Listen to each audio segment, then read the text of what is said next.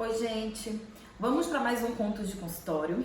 Bom, o que eu quero trazer hoje para vocês é um caso de um paciente que tinha como problema de base uma patologia neurológica. Era um paciente que tinha sofrido já dois acidentes vasculares encefálicos há um certo tempo. E ele vem encaminhado para mim por uma amiga fisioterapeuta que trabalha com essa parte de neuro. E ela me encaminhou ele porque ela estava tendo dificuldades de evolução com ele, já que ele tinha uma dor no ombro muito importante. Aquele clássico ombro congelado dos pacientes neurológicos. E aí a gente começou a criar um raciocínio e uma discussão clínica para a gente conseguir fazer aquele paciente evoluir mais rápido. E é esse tipo de troca que eu quero trazer hoje no Contos de Consultório para vocês. Essa troca entre fisioterapeutas que trabalham em áreas diferentes deu um resultado muito legal para esse paciente, no caso.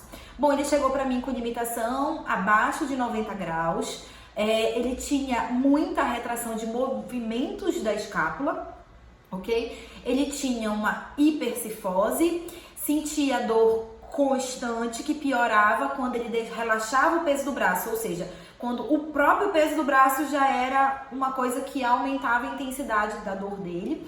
Ele tinha dificuldade também de fazer os movimentos de rotação interna e de rotação externa. Ele tinha dificuldades em vida diária, de se alimentar, de vestir a calça, ele estava realmente dependente. Então, qual foi a estratégia que eu usei de raciocínio com esse paciente? Primeiro, se ele tem uma dor no ombro abaixo de 90 graus, eu tenho bloqueios que de fato vêm da glenumeral. 2. Se esse paciente é um paciente que sofreu acidentes vasculares, provavelmente ele tem tensão no tecido dural. O que isso quer dizer? Por esse derramamento de sangue, que pelo histórico dele foi hemorrágico, ele teve dentro do encéfalo, pode ter gerado tensão e sobrecarga sobre as meninges. Então eu precisava trabalhar o crânio desse paciente. Eu também parei para observar que se a dor dele era constante só de deixar o peso do braço, tinha envolvimento muscular. E fiz uns testes neurológicos para saber se quando eu estirava esse plexo braquial, se ele tinha sintomas. E eu percebi que o plexo também estava envolvido na sintomatologia dele. Então, meu primeiro passo: trabalhar o crânio, dar mais flexibilidade para esse tecido craniano. Aspecto 2, foi tentar liberar esse trajeto nervoso, já que nervo é um dos tecidos mais nobres do nosso corpo.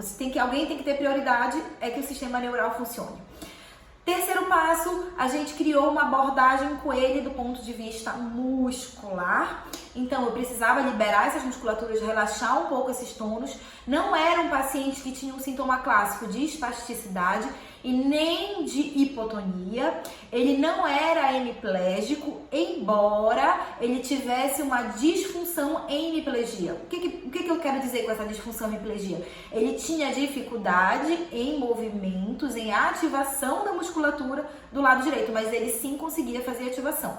Então, a minha amiga da parte da neuro trabalhava muito nesse direcionamento do trabalho desse hemicorpo dele, enquanto eu trabalhava muito mais a abordagem osteopática sobre esses tecidos que eu já falei para vocês. Então, na primeira sessão dele, a gente fez isso. Ele evoluiu bem, principalmente no que diz respeito à dor constante. No segundo momento, esse paciente voltou para mim e a gente continuou trabalhando amplitude articular, desbloquear essa cápsula articular, desbloquear essa escápula, deixar o tórax dele mais flexível. E aí foi quando ele começou a ganhar mais evolução clínica, porque eu já tinha liberado os tecidos mais nobres e por segundo eu estava trabalhando na mecânica do movimento, que era a minha competência quanto fisioterapeuta osteopata.